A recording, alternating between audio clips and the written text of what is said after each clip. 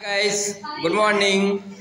आज आपण division of polynomials हा टॉपिक पाहणार आहोत। तर अगोदर x³ - 64 डिवाइडेड बाय x - 4 आहे। दिलेलं अद्याप एक्सप्रेशन हे स्टँडर्ड फॉर्म मध्ये नाहीये, त्याला आपण काय करणार, स्टँडर्ड फॉर्म मध्ये लिहिणार। स्टँडर्ड फॉर्म म्हणजे काय, इंडेक्सची डिसेंडिंग ऑर्डर। मग इथं आले काय आले, चला x³ प्लस स्क्वेअर ची टर्म नाहीये, म्हणजे काय ना 0x² plus 0x minus 64। Division करणार आहे म्हणजे आपण डिव्हिजन मेथडने सॉल्व करूयात। आणि डिवायझर काय आहे रे, x - 4।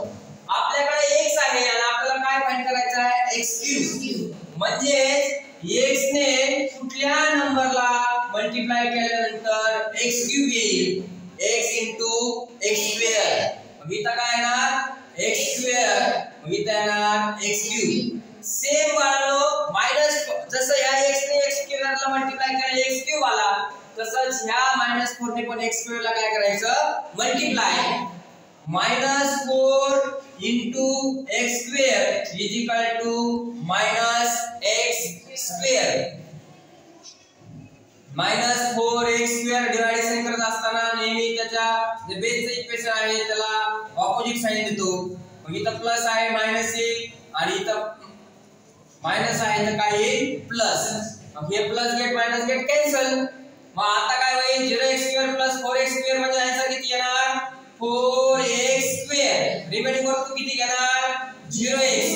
पुन्हा बाळांनो आपल्याकडे x आहे आणि -4 आहे, मग x ने कोणाला मल्टिप्लाय केल्यानंतर 4x² आन्सर येईल, तर ते आहे 4x।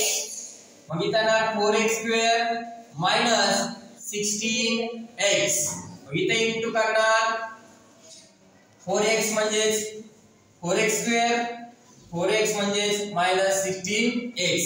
पुन्हा आपण यांची सबट्रॅक्शन करत आहोत। सबट्रॅक्शन करत असताना जे बेस आहे त्याच्या ऑपोजिट साइन देतो। इथं प्लस आहे मायनस, मायनस आहे प्लस, हे दोन्ही कॅन्सल होणार, याची ऍडिशन येणार 16x - 64। आता आपल्याकडे कोण आहे, x आणि -4, आणि आपल्याला काय फाइंड करायचंय, 16x। मग x ने कुठल्या नंबरला मल्टिप्लिकेशन केल्यानंतर आन्सर 16x येईल, तर ते आहे 16।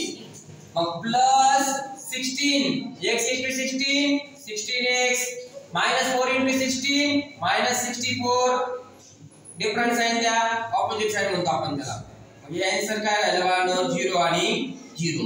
मग हे जे 0 आहे याला आपण रिमाइंडर म्हणतो, आणि x² + 4x + 16 ला काय म्हणतो, क्वोशिएंट म्हणतो। समजलं का?